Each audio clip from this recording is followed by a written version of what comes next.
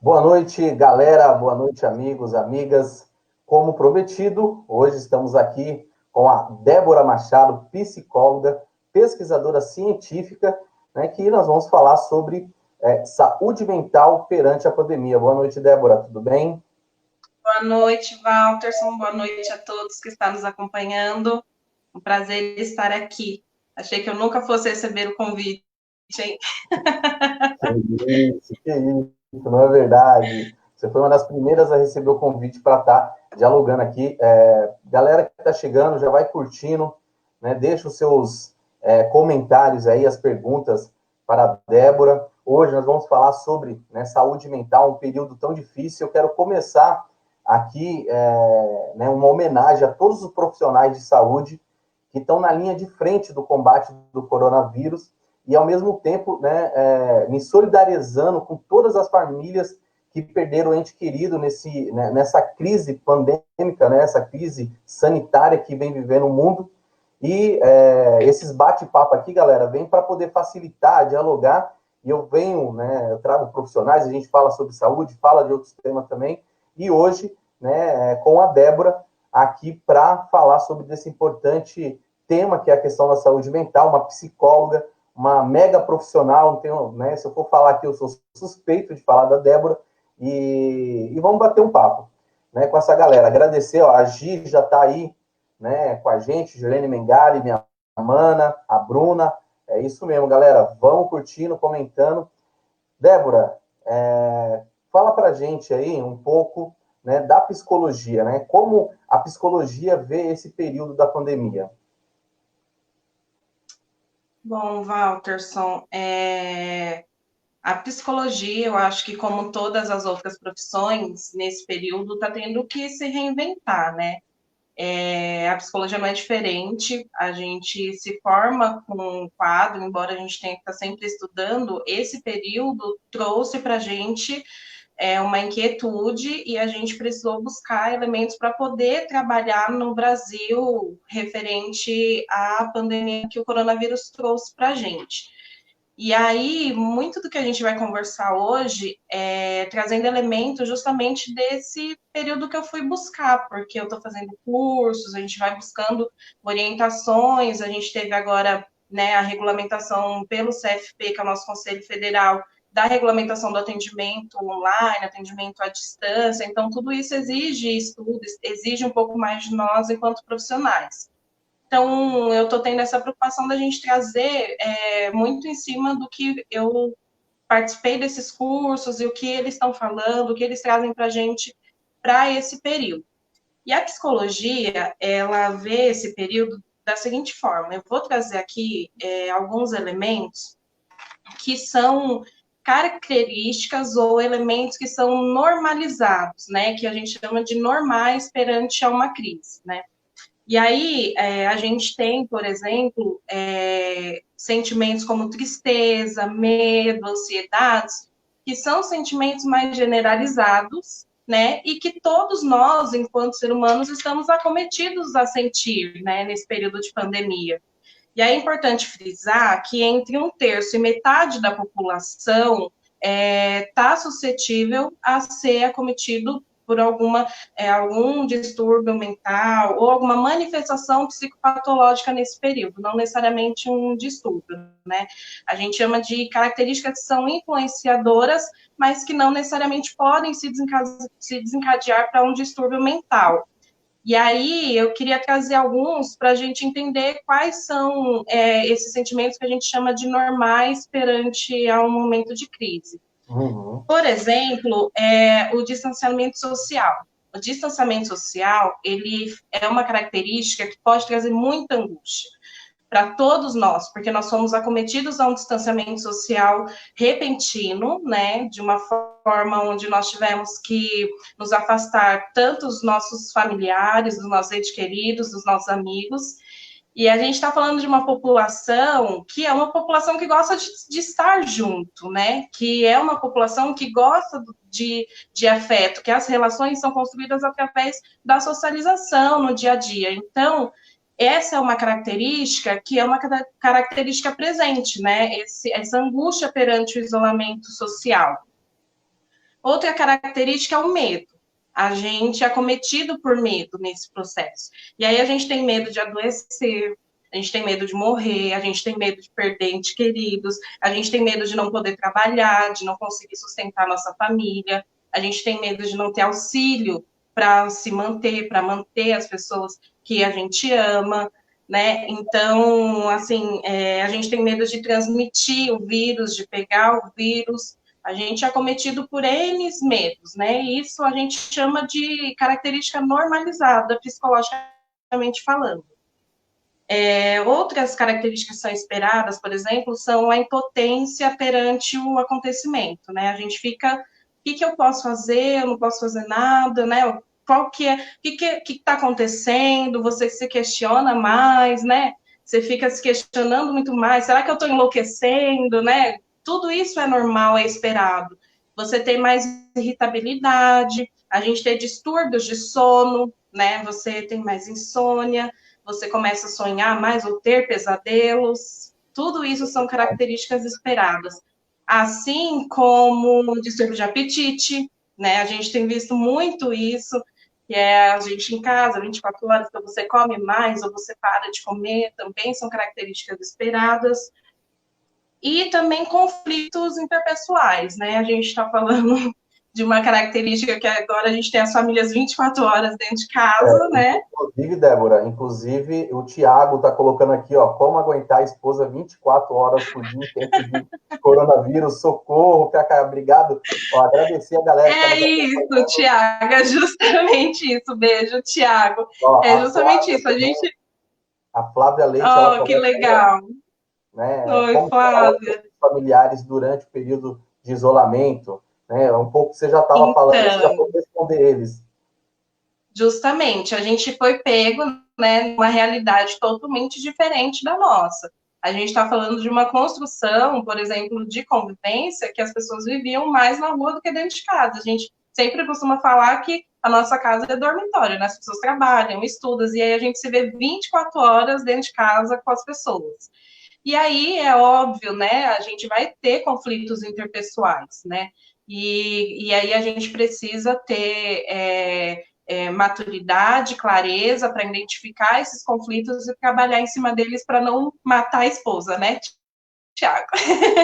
A gente não matar a esposa. Então, a gente precisa trabalhar em cima deles porque realmente isso acontece. E não só familiar. Por exemplo, a gente tem setores hoje de trabalhadores, como os trabalhadores da saúde, que estão numa rotina muito mais intensa de trabalho, numa jornada de horário muito diferente, muitos não estão indo nem para casa, né? E aí as relações até no trabalho também são acometidas por conflitos. Então, são características normalizadas do período de crise. E aí, o que a gente tem que fazer? A gente tem que identificar essas situações e trabalhar para a gente conseguir estabilizar. E aí, é isso que eu disse, a gente tem essas características que são normalizadas. A gente tem que trabalhar, identificar e buscar recursos para estabilizar. Se a gente percebeu que a gente não consegue estabilizar essas características, aí a gente tem chances, né? Pode ser ou não, que isso se desencadeie para um distúrbio mental, né? Como ansiedade, depressão, a irritabilidade. Então, assim, a gente tem que tomar cuidado e se a gente perceber isso, aí a gente precisa de ajuda profissional para a gente conseguir estabilizar, para que isso não cronifique, para que isso não vire um distúrbio mental, para que isso não se transforme num transtorno mental. E Débora, eu converso, né, eu falo com as pessoas porque é o seguinte, eu tenho uma psicóloga em casa.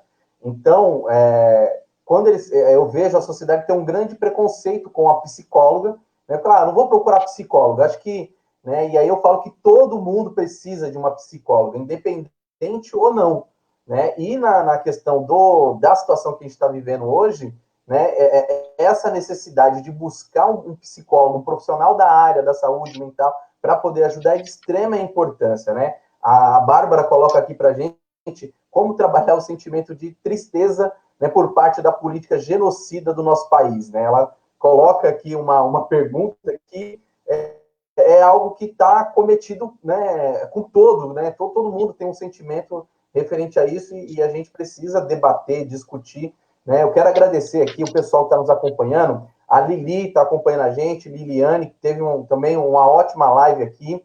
Bárbara, você vai ser uma próxima convidada nossa aqui, hein, Bárbara? Agradecer o Jonas, a Maria, que está entrando agora, o Tiago Albuquerque, lá de Guarulhos, a Letícia, está colocando aqui boa noite, eu estava ansiosa por essa live. O Jefferson, o companheiro Jefferson da direção aí está com a gente. A Flávia, já falei, a Jéssica Soares, o Vinícius, né? O Vinícius colocou aqui, ó. Boa noite, camarada, ótimo debate. Débora, entende muito, né? Então, agradecer a todos. A Gi, né? Gilene, lá de Guarulhos também, colocou aqui, né? São lindíssimos, amo demais, tal. Então, agradecer todo mundo que está nos acompanhando. Galera, não abra a sala de vídeo, porque senão a gente não vai ver os comentários, né? Salas ao vivo. Compartilha a live. Então, entra lá na minha página, não entra na live em si, vai lá e compartilha, porque aí ela vai ganhar mais público e, ao mesmo tempo, vai informar mais pessoas, que é o intuito dessas lives, né? Dialogar um diálogo tranquilo e, ao mesmo tempo, que ajude algumas, né, milhares de pessoas. Né? Então, agradecer o Ed Cabelo também, que se recuperou, estava internado com Covid-19, né? Inclusive, vamos fazer uma live com ele sábado. É isso mesmo. Débora, então, responde essa pergunta da Bárbara aí que ela fez, né? O sentimento de Eu tristeza. queria entrar já na próxima nossa rodada que a gente combinou, porque aí eu já começo respondendo essa pergunta da Bárbara, né? Bacana. Que, Né? que o Aí que pode seria, ser. né, o que pode ser feito, né, para não desenvolver distúrbios mentais, né, durante a pandemia. E aí vai responder um pouquinho essa questão da Bárbara, e eu vou começar até por essa questão. Eu vou trazer alguns elementos. É óbvio que aqui eu vou trazer de forma mais superficial e mais uma forma de psicoeducação do que como a gente trabalha na psicologia e trabalha no atendimento individualizado, né, no tratamento com o paciente.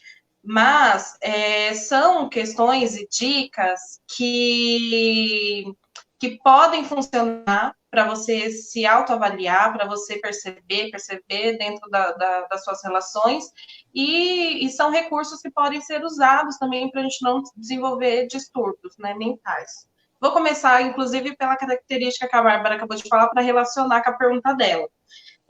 Por exemplo, uma das questões é o manejo confiável. O que a gente chama desse manejo confiável?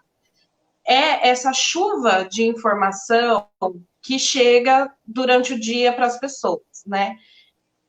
Isso pode ser extremamente prejudicial para a saúde mental da pessoa, porque a gente tem muita informação, é o dia inteiro falando sobre o coronavírus, falando sobre a pandemia, falando, né, sobre todas essas questões, e muita informação errada. A gente tem hoje aí o acesso às redes sociais e é muita informação falsa.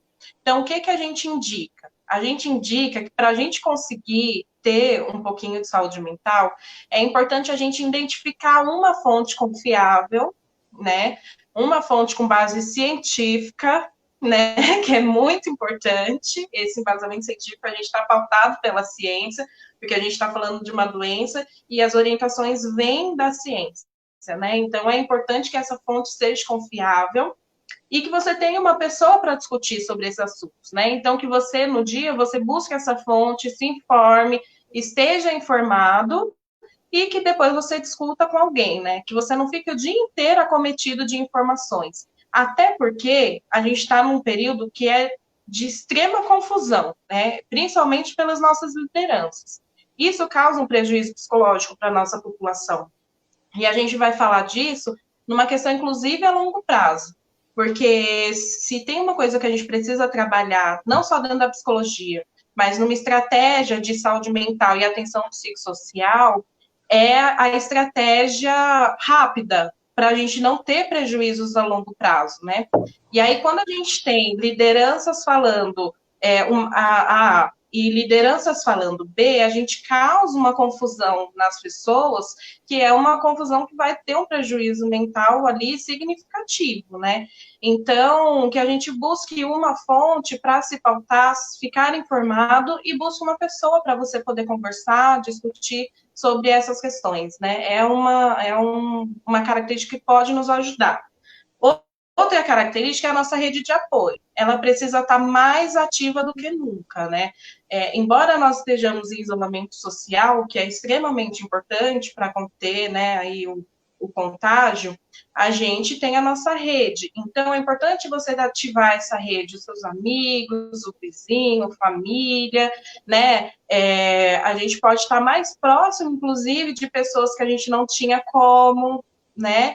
Então, assim, a gente precisa estar mais próximo das pessoas, e aí pode ser através de chamada de vídeo, pode ser por e-mail, né? Da forma que você achar melhor para se comunicar, mas é importante você ter essa rede ativa. Isso é fundamental para a gente conseguir garantir um pouco de estabilidade aí mental.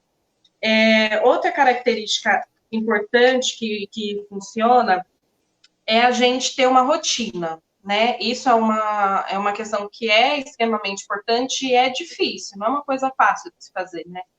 A gente foi acometido pelo home office, né? Aí trabalhar dentro de casa, e aí é importante você estabelecer uma rotina. E aí, dentro dessa rotina, por exemplo, a gente tem aí famílias que as crianças estão em casa, que a gente tem idosos dentro de casa. Então, a gente pensar na rotina que a gente inclua a família como um todo, né? Dentro do possível, que as crianças têm as tarefas dela, os horários dela, que o idoso tem a tarefa dentro da alimentação física, que ele possa desenvolver. Então, isso é importante estabelecer uma rotina para que você consiga, no seu dia a dia, ter mais estabilidade, né? Você ter o seu horário de dormir, o seu horário de se alimentar, isso é extremamente importante. E dentro disso, a gente tem a questão também dos idosos, né? A Sim. gente está falando, eu tive a oportunidade de trabalhar com idosos, né, há pouco tempo, Inclusive, e sua equipe está toda aqui, ó. A Raquiele, o Flávio, a Letícia, a galera tá tudo aqui te acompanhando. amo todo mundo, melhor equipe do mundo. E aí, assim, e foi um aprendizado, porque eu nunca tinha trabalhado com idosos, e eu percebo que esse processo de isolamento atinge diretamente os idosos, né? E esses dias eu, inclusive, coloquei na minha página lá orientações de rotina, né? Orientações para você estabelecer uma rotina, tanto para aquele idoso que mora sozinho, quanto para quem é o acompanhante desse idoso, né? Pensar estratégias e ações para o dia a dia das pessoas. Então, acho que é um pouco disso, né? Essas características podem nos ajudar no dia a dia. Tem também a questão do ambiente confortável, né? A gente fala de um isolamento social, e aí eu sei o meu lugar de privilégio nessa questão, porque eu tenho a minha casa, eu tenho uma casa grande, eu tenho uma família pequena, que a gente consegue se acomodar de forma tranquila no isolamento social. Mas a grande maioria da população não é assim, né? A gente está falando de famílias que moram em comunidade, famílias que são grandes, de famílias que moram em 2, 3 cômodos, e que é super difícil conseguir manter um ambiente confortável, um ambiente seguro, um ambiente que proporcione isolamento social seguro, né? É bem complicado, mas é uma característica que é importante também. Débora, o pessoal está comentando aqui na live, galera. Daqui a pouco a gente vai subir aqui e responder algumas, não vamos conseguir responder todas, né? Mas o pessoal vem falando a importância, né, de buscar mecanismos e meio de informações verídicas para não, né, espalhar boatos, que nem a Débora coloca aqui, né? Ela coloca aí que de fato precisa, né, achar fonte, não só confiar nas redes sociais, né, que muito levam aí você fica, né, com a desinformação. A Débora Souza, né, que está acompanhando a gente, futura psicóloga também, né, ela gosta muito da Débora, falou, vou assistir, eu quero assistir a Débora lá. O Jefferson, ele coloca aqui que a ciência em primeiro lugar sempre, né? Infelizmente, a gente está sendo governado por um presidente, né, que está sendo totalmente contra tudo que a Organização Mundial vem colocado. Eu falo que é uma burrice tremenda, porque é o seguinte, se logo que começou, né, o contágio, o Estado tomasse conta e falasse, vamos fazer o isolamento social, vamos buscar uma maneira, né, de conter o contágio, hoje a gente já estaria, que nem outros países né, que nem a China, que é onde começou o foco, né, já está voltando, né, às rotinas. Claro que depois da pandemia nada vai ser normal, né? Eu falo que a mãe natureza, ela disfarça, né, a sua força na fraqueza. E qual que é a fraqueza, né, do Covid-19?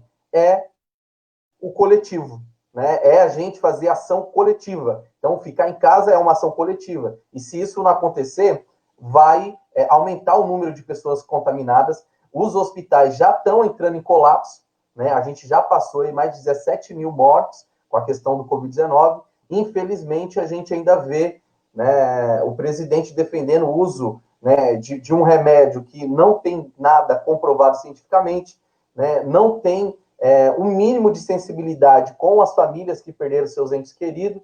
Então, infelizmente, a gente está numa situação muito difícil, né? E aí falar que é importante trazer você aqui para dialogar, né, desse tema que é tão importante.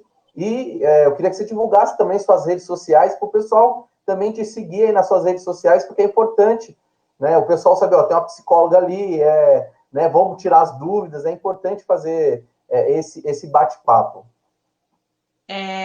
Eu comecei a minha fala falando que tudo que eu fosse trazer aqui era com embasamento científico, e é perante esses cursos que eu tenho feito, por exemplo, a maioria dessas informações e dos dados que eu estou trazendo aqui, eu peguei do curso da Fiocruz, que a gente está fazendo um curso muito interessante, né? E eu acho, Walterson, inclusive, é um pouco do que eu tenho sentido nas suas lives, né? Eu tenho compartilhado, porque eu vejo essa preocupação de trazer profissionais que são super competentes, né? E são pessoas que se embasam cientificamente para trazer informações. Então, são informações que são repassadas com responsabilidade. E eu tenho muita preocupação com isso, sabe? Porque as informações hoje, elas proliferam de uma forma enorme. E, inclusive, hoje, na minha rede social, eu coloquei lá sobre essa questão da medicação, por exemplo. Como pesquisadora científica, eu acabei de fazer um projeto de pesquisa científica, eu e mais uma companheira, através do núcleo de pesquisa da Universidade de Guarulhos. Já tem artigos publicados, né? Uma TCC que fala das mulheres nos espaços de poder. E aí, como pesquisadora, eu trouxe alguns elementos para as pessoas pensarem, né? Quando a gente fala de uma medicação, de qualquer outra questão que precisa de pesquisa, a gente está falando de algo muito sério, né? A pesquisa, ela precisa ter um público, ela precisa ter uma meta, ela precisa ser minuciosamente trabalhada, ela precisa que a maioria teste, que seja benéfico para a maioria, ela precisa que seja estudado o efeito tardio daquela medicação, quais são as contraindicações daquela medicação, né? E aí, quando a gente coloca, inclusive, a gente causa um outro transtorno para as pessoas, né? Porque você fala para a pessoa que ela tem a possibilidade de um remédio, mas ela tem que se responsabilizar, porque o médico não se responsabiliza porque ele não sabe se aquilo é verídico. Você tem que assinar um termo se responsabilizando por isso. Por que que nenhuma instituição de confiança, nenhuma uma instituição que seja confiável está se responsabilizando por isso agora? Porque não tem estudo. Então, assim, eu não posso pegar um caso isolado e dizer, olha, você ficou bom com isso, então vai servir para todo mundo. Tem gente que ficou bem com Benegripe. E aí?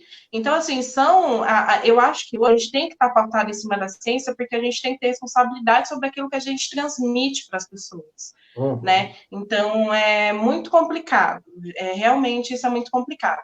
E aí, a minha rede social surgiu para eu compartilhar. No Facebook eu tenho a minha página, Débora Machado, né? Psicóloga. Então, podem me procurar lá.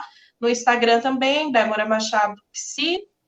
Tem um canal no YouTube, tá um pouco parado, né? Mas eu tenho um canal no YouTube também, Débora Machado Psi, e é isso.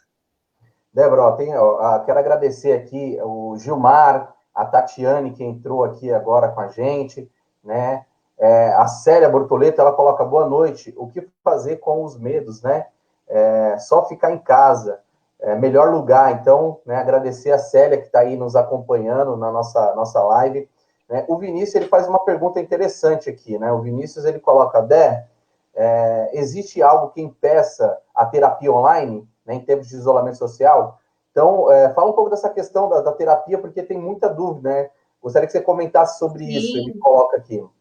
Eu falei no início, Vinícius, obrigada pela pergunta, Vini. Nossa, o Vini fez uma live espetacular, hein, semana passada. Que foi aquela live, hein, Vinícius?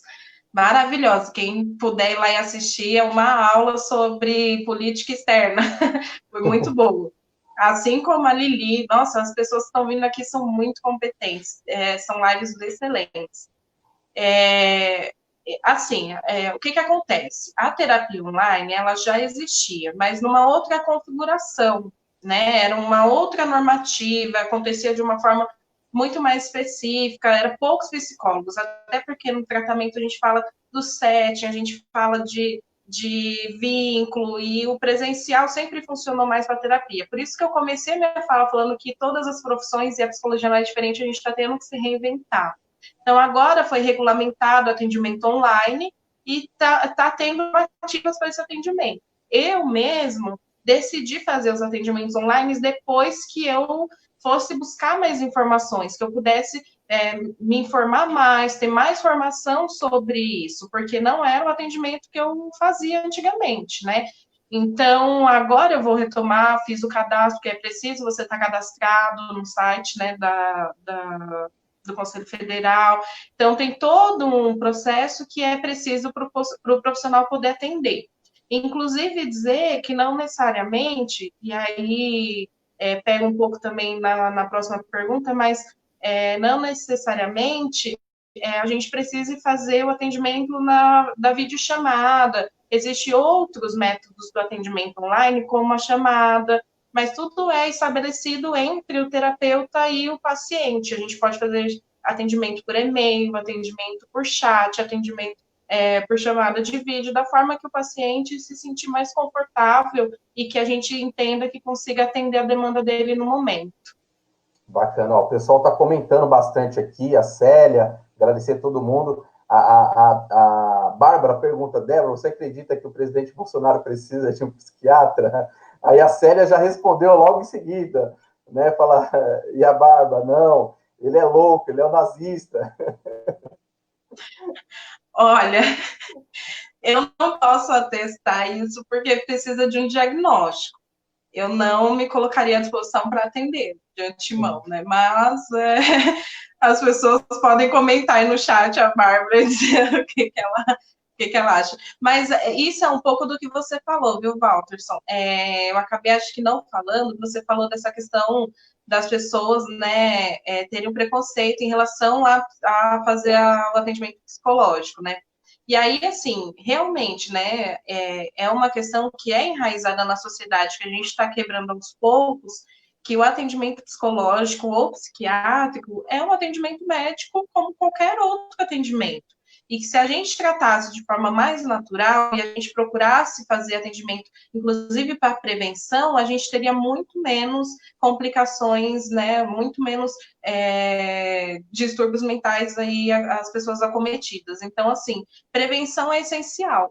Né? Se cada um fizesse terapia, eu tenho certeza que a gente teria uma sociedade totalmente diferente. Débora, a Flávia, ela faz uma pergunta aqui, ela fez até pedir desculpa para ela, que ela fez uma pergunta lá em cima, né? E aí acabou muitos comentários, a gente vai perdendo algumas perguntas, mas ela reenviou aqui, até quero agradecer ela ter reenviado. Débora, como trabalhar a inteligência emocional nesse período de isolamento? Olha, inteligência emocional é uma coisa que você precisa trabalhar no dia a dia, né? Você precisa estar em movimento. Da mesma forma que você que é profissional da educação física entende que a gente precisa estar trabalhando o corpo cotidianamente, a inteligência emocional não é diferente. Então, assim, a neuropsicologia, a psicologia cognitiva trabalha que a gente, quanto mais repetitivo você faz as coisas, você trabalha algumas questões, melhor é. Por exemplo, o estudo. O estudo, se você cria uma rotina de estudo, né, no começo você tem dificuldade, depois você cria uma rotina e você consegue ali estudar, ler, trabalhar aquele período que você estabeleceu para sua rotina. Então, é importante você estabelecer uma rotina e trabalhar isso sempre. Bacana. Ó, o pessoal tá bombando no comentário aqui. A Lili coloca aqui, ó, não podemos patologizar a maldade. Maldade é maldade e transtorno mental é outra coisa. Obrigada, Lili. Vinícius agradece aqui, o Vinícius coloca aqui, fala, obrigado, perfeito. Né? Então, Débora, vamos lá. Na próxima pergunta aqui, você queria comentar mais alguma coisa sobre o que a gente estava discutindo aí agora? Ou podemos ir para a próxima pergunta? Podemos. Então, vamos lá. Quem mais é atingido psicologicamente pela pandemia? Né, você falou aí de alguns públicos, né, e aí o pessoal tem até perguntado, a criança, né, a Tatiana tem comentado que, tô ficando louco com as crianças, e aí você tem a mãe, né, que está com uma sobrecarga, que precisa, tem crianças, 2, 3 crianças, e precisa colocar essa criança para estudar em períodos diferentes. Então, você tem vários cenários acontecendo, né? E aí, assim, quem é mais atingido nessa pandemia? Então, a gente tem, assim, é que nem eu falei, né? Todos nós estamos acometidos para alguma alteração, né? Ou de alguma forma ser atingido para uma manifestação psicopatológica. Agora, nós temos alguns públicos que têm se desencadeado mais suscetível à transformação para distúrbios mentais. Por exemplo, os idosos, como eu falei, e adolescentes, que são 2 públicos que são extremamente ansiosos, né? E que pode ou não, né, ser ansioso, e que são públicos que são mais resistentes a procurar ajuda. Então, o idoso e o adolescente, até eles dizerem que precisa de ajuda, eles já estão num processo mais tardio para o tratamento, né? Então, esses 2 públicos são públicos que estão sendo mais acometidos, né? E a gente tem também as pessoas que já tinham doença mental estabilizada, por exemplo. E aí, até falando disso, eu estava lendo uma pesquisa da Heitnik Mental Lines. E aí eles fizeram uma pesquisa com 1.300 psiquiatras no Reino Unido. E aí eles trouxeram alguns elementos, e aí que fala justamente dessa questão dos idosos. Os idosos sumiram dos atendimentos, né? Foi uma característica por meio da contaminação. E aí tem outra questão também com os idosos, que é o manejo tecnológico, né? Então, tudo foi transformado para ser feito de forma online, mas eles não foram preparados para isso, né? E aí já tem uma resistência anterior para esse tipo de trabalho, para esse tipo de tecnologia. Tem idosos que não querem nem ter celular. Então, são dificuldades, são questões que a gente tem pensado e tem buscado estratégias para poder atender, né, os idosos. E aí, nesse estudo, fala do aumento de distúrbio, né, mental para a população idosa, porque a partir do momento que eles param os atendimentos ou que eles não procuram ajuda, a gente tem pessoas convivendo com distúrbios mentais sem tratamento. E isso é bastante complicado, isso é um problema, né? E aí a gente entende que o atendimento psicológico e psiquiátrico, ele é mais importante do que nunca nesse momento. E aí a gente fala, por exemplo, dentro desse contexto, que a gente está trabalhando com a perspectiva de ter um aumento de intensificar os distúrbios mentais pós-pandemia. A gente está falando de 3 a 6 meses após, que a gente vai ter um aumento significativo. Hoje a gente já tem, por exemplo, a ausência de medicações controladas, que demonstra um aumento já da procura por esse tipo de tratamento. O que também é importante, Walterson, lá atrás eu acabei não dizendo, e dá para casar um pouco nesse sentido, que quando a gente fala de sentimentos normalizados nesse período, como tristeza, ansiedade, que eu falei que todos nós estamos acometidos a esses sentimentos, a gente precisa tomar muito cuidado e não é recomendado de forma alguma medicalização, né? Então, assim, a gente precisa primeiro entender esse sentimento inicialmente, entender que eu dou conta, eu consegui aqui achar um recurso, eu pensei naquela atividade coletiva, chamei meus amigos para fazer uma chamada de vídeo, estou batendo um papo, estou organizando a minha galera que vamos fazer dança, estamos aqui, estou ligando, estou conversando. E aí, assim, a gente procura, estou lendo, né? Estou fazendo algumas questões aqui que tem me ajudado a controlar minhas ansiedades, meu distúrbio aqui alimentar, meu distúrbio do sono. Então, eu estou dando conta. Agora, eu identifiquei que eu não estou dando conta, então eu preciso de ajuda psicológica, eu preciso de ajuda profissional.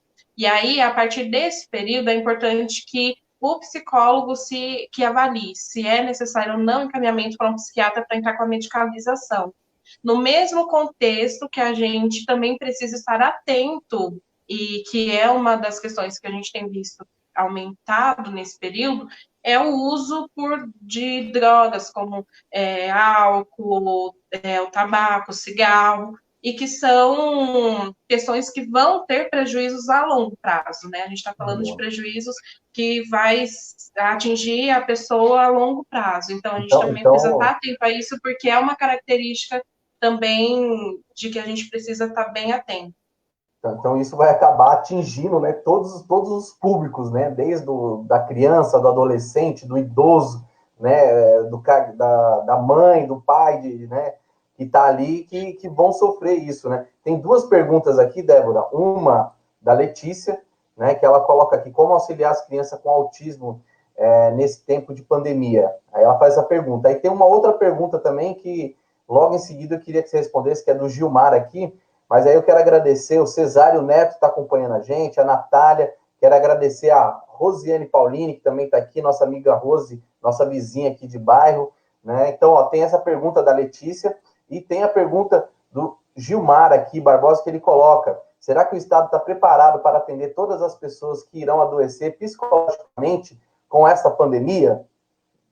Vamos lá. Olha, eu vou começar pela Letícia. Lê, te amo.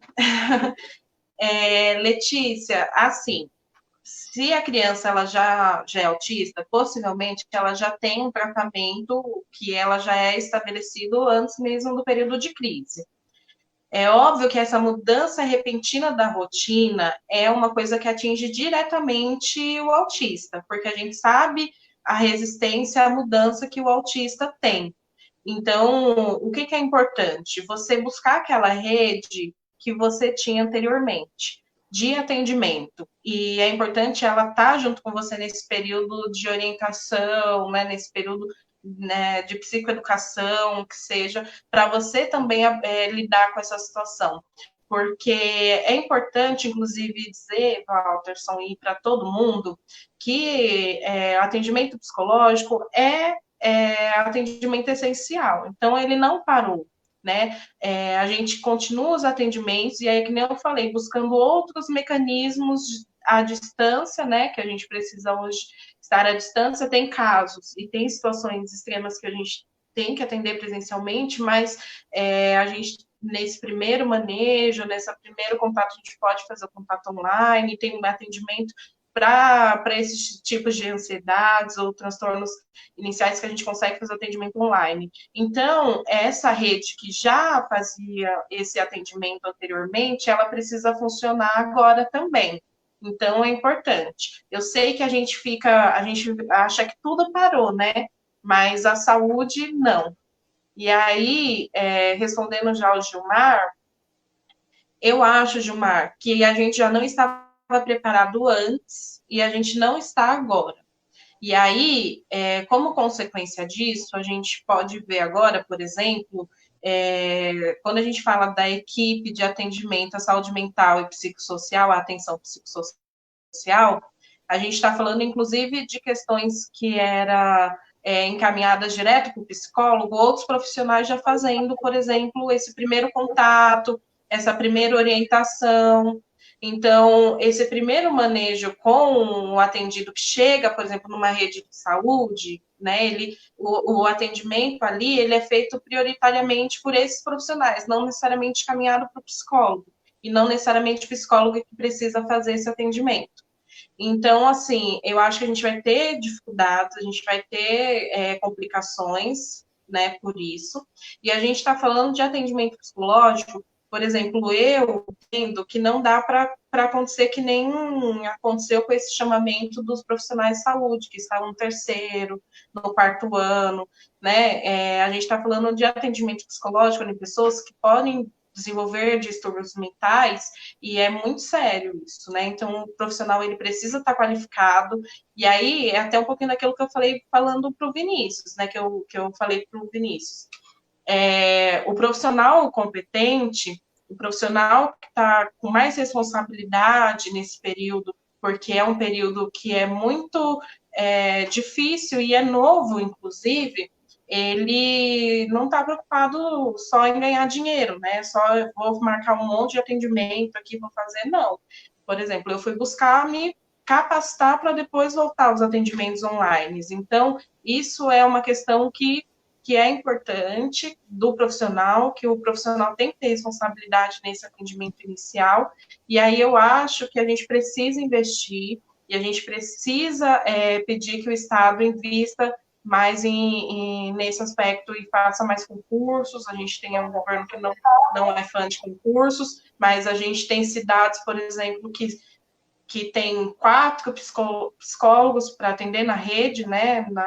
E aí é bem complicado, e a gente está falando de atendimento hoje que não vai ser acessível para todo mundo, né? Porque o profissional, ele trabalha, ele quer receber, a gente tem tido várias demandas, por exemplo, voluntárias, tal, mas a gente também precisa se manter, né? A gente está falando de quem trabalha quer receber, tal. E aí tem toda essa complicação, né? Então, o Estado, ele deveria garantir atendimento psicológico para a população nesse período. E aí é complicado.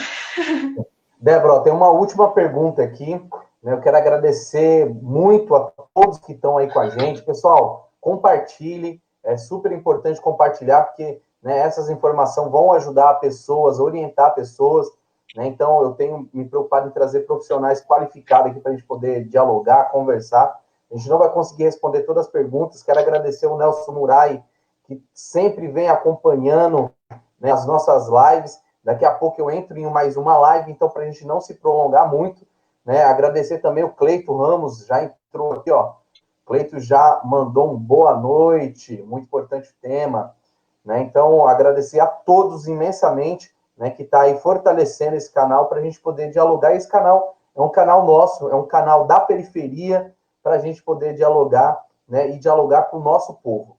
Então, Débora, responde essa última pergunta, e aí eu queria que você falasse do seu gibi também, né? Você que está aí com o gibi, eu vou colocar ele na tela na hora que você estiver falando, que acho que é importante para a galera conhecer o seu trabalho, né? Um trabalho que é bacana, um trabalho, né, voluntário e também, né, que se preocupa com a questão da saúde mental, né, tanto aí da nossa sociedade como um todo.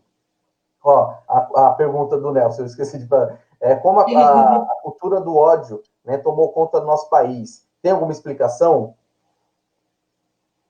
Olha, tem algumas, né? Tem algumas explicações. Por exemplo, eu acho que a sociologia responde muito melhor essa questão do que talvez a psicologia. Mas a gente tem a psicologia de massas, né? Que a gente fala que o que o indivíduo faria individualmente, o que ele não faria individualmente, ele pode fazer estando em grupo. E aí tem alguns fatores, óbvio, que desencadeiam essas questões, mas eu acho que tem muito a ver, sabe, com o tipo de sociedade que a gente investe. Por exemplo, o que eu quero dizer com isso? É muito difícil a gente falar de isolamento social, porque a gente entende que tem pessoas que têm que trabalhar e a gente entende isso porque o Estado não dá conta disso, porque era um dever do Estado, a gente viu em outros países funcionar de forma muito séria, né, com muita responsabilidade do Estado de conseguir garantir que a população ficasse em casa e que não tivesse que escolher ou eu fico doente ou meu armário eu fico sem comida para minhas crianças. E aí isso é muito sério, isso mexe psicologicamente com a pessoa, né? Porque mexe tanto no sentido dela não ter o que comer e atender os seus dentes, com o olhar das pessoas para ela, porque ela está indo trabalhar, né? Aí fica, ai, ficam me julgando, e aí mexe mesmo psicologicamente. E isso era um dever do Estado garantir que a população tivesse condições de estar isolada e tivesse comida dentro de casa, por exemplo. Sim. E aí, quando a gente fala de isolamento social, a gente está falando de um mecanismo, de uma política que é coletiva, não é individual.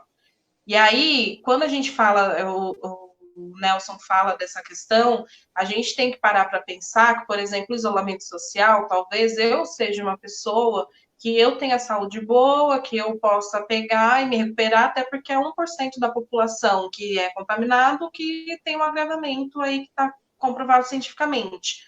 Mas é um esforço coletivo da proliferação, né?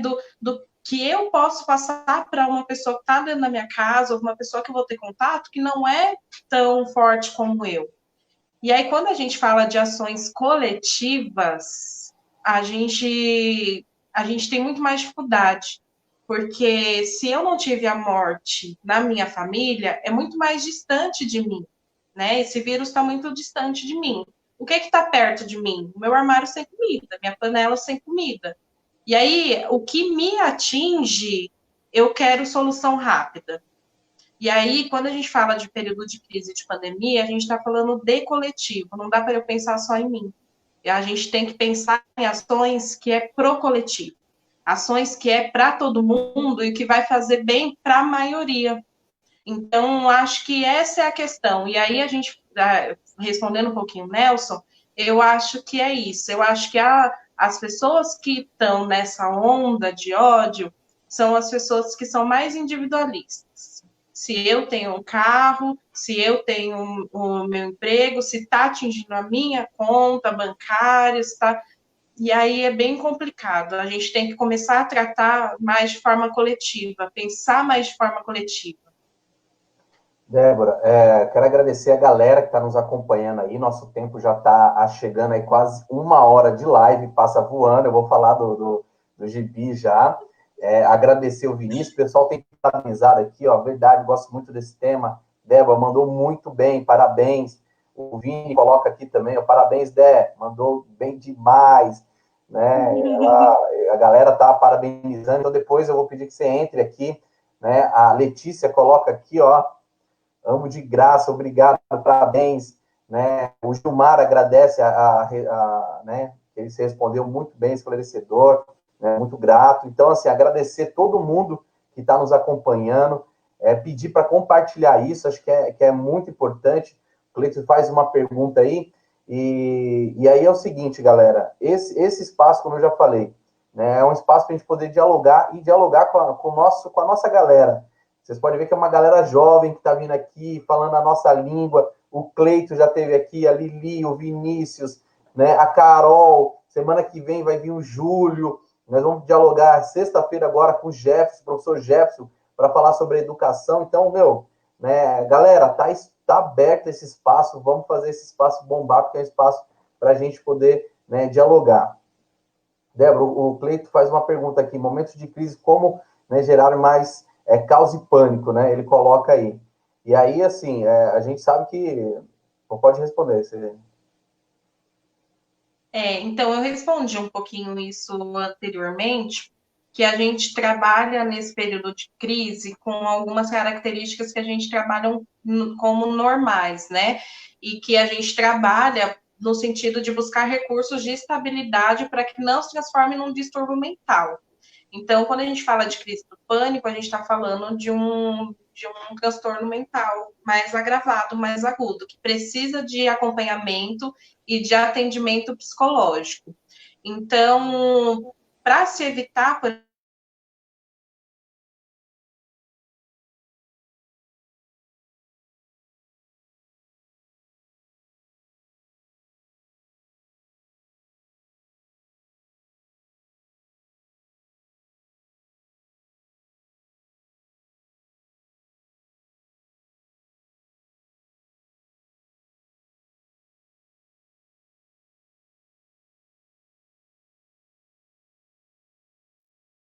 oi, voltamos. Voltamos. Então, e aí acho que eu parei falando que a gente precisa identificar um pouquinho as nossas ansiedades, os nossos, os nossos sentimentos, e se a gente vê que a gente não dá conta de controlar sozinha, a gente precisa imediatamente procurar ajuda psicológica, porque aí a gente evita uma crise de pânico. Cleiton. Beleza. Débora, obrigado. Eu vou colocar aqui agora seu gibi. Fale para a gente os seus gibi. A Lili colocou aqui, Valt, convida a Flávia. Né, prática Ai, atividade. olha, muito Ô, legal. Flávia, já estão te escalando aqui para você vir falar sobre atividade física aqui, hein? Que ajuda muito nesse momento. Né? Agradecer o Jorge que está acompanhando a gente aí também, né? Top demais. Então, Débora, fala para a gente do seu gibi aí. Ah, então, gente, eu tenho um gibi para chamar de meu. Na verdade, eu nunca imaginei que eu pudesse ter um gibi na vida. E o bom de você ter um companheiro publicitário é que ele pensa essas coisas malucas para você, né? E aí, assim, ele teve a ideia e a gente construiu, né, esse gibi que vocês estão vendo aí.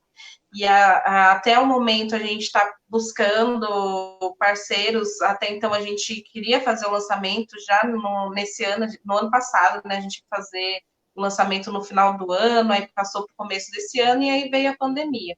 Então a gente está buscando parceiros, inclusive estou aqui já fazendo um merchan, né? Se você quiser me ajudar, patrocinar, buscar, a gente está buscando meios para fazer o lançamento online. E aí a gente vai fazer de forma diferente. Antes a gente estava buscando a impressão, o que a gente não vai descartar, mas inicialmente o lançamento a gente quer fazer online, uma plataforma online, o conteúdo online.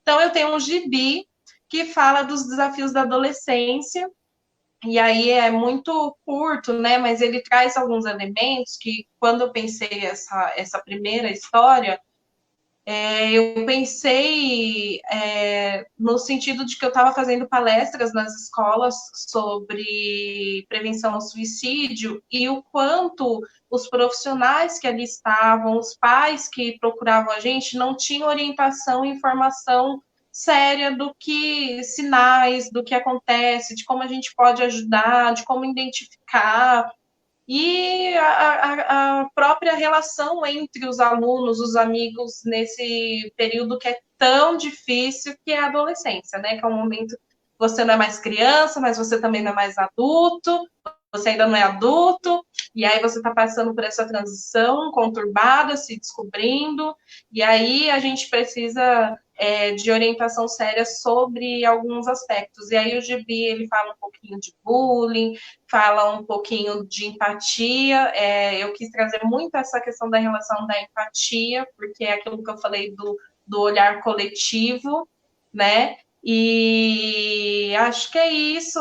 E aí eu estou muito feliz com esse gibi, assim, é uma realização mesmo. E eu quero muito que ele esteja aí rolando em breve, que as pessoas tenham acesso a ele. Eu quero que chegue em todo mundo, de fato, as pessoas precisam desse gibi. E aí foi engraçado que eu fiz o gibi, foi engraçado não, né? Não sei, não sei se é coincidência ou não, mas depois que a gente fez o gibi, a gente teve várias situações, né, de procura de escolas relacionadas a essa questão, a esse tema, e eu acho que ele vai poder ajudar e contribuir muito. Inclusive, até depois que a gente fez o gibi, aconteceu aquele caso aqui em Suzano, no Raul Brasil, e aí, assim, eu não fiz esse gibi após aquilo, eu já tinha feito antes, então eu acho que ele casa bastante com as orientações necessárias que a gente precisa fazer aí para a população, para os estudantes, para os pais, para os professores, orientadores, enfim. Acho que é uma ferramenta que pode contribuir bastante aí para a gente. Débora, eu quero agradecer imensamente você ter aceito o convite para vir aqui, né, dar uma aula que nem essa para a gente, um pouco. Ô, Walterson, eu posso falar que quem compartilhou nossa live, eu vou mandar o meu gibi online. Olá, galera, ó, Débora tá falando que vai mandar, né, o gibi online aí para todo mundo. Então, ó, vai lá na página dela, tem o telefone lá, né, tem o telefone dela lá e ela vai mandar o gibi online para vocês, tá? A gente tem algumas, né, você tem já alguns impressos, né? A ideia era distribuir isso nas escolas, mas aí com a pandemia, com o isolamento, acabou que isso vai ficar posteriormente, né, pós-pandemia. E agradecer os parceiros que ajudaram aí no Gibi, né? A ONG Ação e Cidadania, a CUT, a PUESP, a Infocus, né? E também agradecer o Rezende, que é o cartunista lá do Mato Grosso do Sul, né? Que fez toda a arte meu, ficou show de bola, né? Cobrem a Débora, que ela vai mandar o Gibi para todos vocês, divulguem para seus amigos. Esse Gibi é uma utilidade pública, né? E é isso, galera. Quero agradecer muito, Débora, e queria que você fizesse aí suas considerações finais, desse boa noite para o pessoal, para a gente poder encerrar a nossa live, né? Que daqui a pouco eu tenho outra live. Bom, obrigada, Walterson, pelo convite. Eu falei um pouquinho anteriormente, mas eu queria te parabenizar por esse processo, né? Esse trabalho que você tem desenvolvido através da sua página, na busca por informação e no manejo, no cuidado das pessoas que você tem trazido, porque o nível está muito bom, né? A gente está falando justamente de uma galera jovem, mas uma galera super comprometida, responsável, com informação ali, sabe, com embasamento, isso faz total diferença, então é um trabalho super responsável de informação, por isso que eu indico, recomendo, compartilho suas lives, então parabéns por isso. E agradecer a todos que participaram, agradecer a todos que gostaram, e dizer que estamos à disposição, né? Me procurem lá na minha página, tem o telefone, né? O meu telefone profissional, e aí a gente pode conversar, trocar figurinhas, estou à disposição. Obrigada, Walterson. Obrigada a todo mundo, gente. Obrigado, Débora. Quero agradecer imensamente. Quero agradecer a todos que estão nos acompanhando. A Débora, depois da live, ela vai entrar aqui, vai deixar o link, né, da página dela. Vocês podem ir lá, peguem o telefone profissional dela, mandem mensagem, mandem um oi, que ela vai mandar o Gibi para vocês, esse Gibi online.